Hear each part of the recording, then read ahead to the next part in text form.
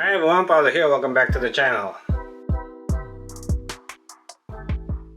Right, so here I am, few months into this strategy of getting into Rolex timepieces and my first gold. Sounds fancy, right? Well, kinda. It all started because I wanted to diversify my portfolio, and somehow it sent me down a rabbit hole of watches I never knew existed. Just a quick disclaimer, this is not a financial advice. It's just my journey. Take it with a grain of salt. How I got interested in Rolex. I read an article saying Rolex watches have actually outperformed the S&P 500 and even gold over the last few decades. Naturally, it got me curious. I started researching for Rolex models that retain their value.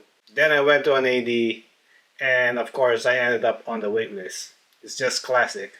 Then I went to the gray market. That's how I finally landed on my very first Rolex, this Oyster Perpetual 2020 reference 116000 silver dial, stainless steel with full box and papers. I bought it early July this year, so you could check out my full review.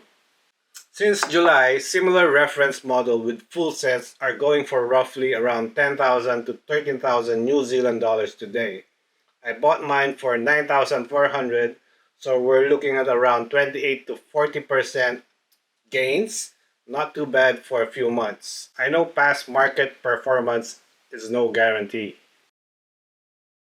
Then few days after getting this Rolex OP, I still have funds allocated for investments, so I grabbed a 1 ounce gold bar. I got this for 5,500, including the premium, just to keep it simple. With buying gold, there are no wait lists, no flashy boutique, just pure gold from the distributor or seller. Currently, gold is on an all-time high. This same ounce is selling for about 6,365 New Zealand dollars, roughly 12% gain.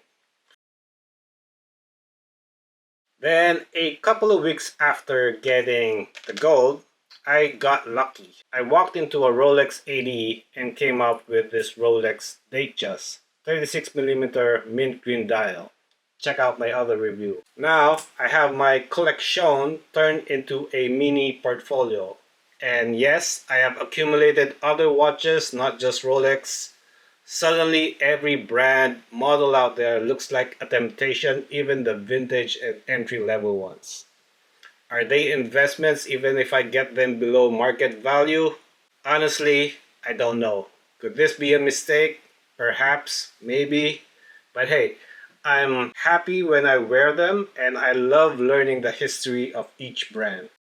So Rolex versus gold, which is better? Now, a quick side note, because I know someone in the comment will say it, Rolex also makes gold and white gold watches. Just to be clear, I didn't buy a gold Rolex. Mine's a stainless steel, the OP and the Datejust. Comparing a gold bar to a gold Rolex would be a whole different story.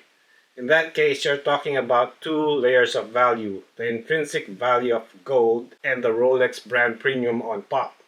With stainless steel models like mine, the value is 100% driven by demand and scarcity, not the metal. So which one stacks better between Rolex and gold? For liquidity, gold wins. You could sell it anywhere. Rolex, not so fast. You need to find the right buyer. For availability, gold is mostly always available. Rolex, you need to do the waiting game. Meanwhile, the gray market is usually stacked, but the prices are mostly above retail. For portability, Rolex definitely wins. Gold, you just keep it in the safe. And for volatility, gold is slow and steady. Rolex can spike or dip depending on hype and demand, or if someone's decide they need the exact OP or Datejust that you have.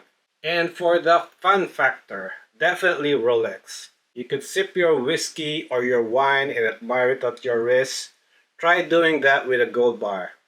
I tried staring at a gold bar while drinking whiskey, and I got nothing. Rolex and gold. Honestly, they're both fun in different ways. Gold is stable, safe, and easy. Rolex is exciting, sometimes frustrating with the waiting game, but if you get your hands on one, it just feels different. At the end of the day, reflecting on my short experience with this strategy, both sounds like good investment. You can't really predict the market. I think it's less about the returns and more about enjoying the journey. Just remember, this is not financial advice. I make mistakes, but hey, I'm learning and I'm having fun while doing it. Alright, that's enough portfolio talk. If you enjoyed this video, go ahead and hit that like button and subscribe. I'll see you in the next one.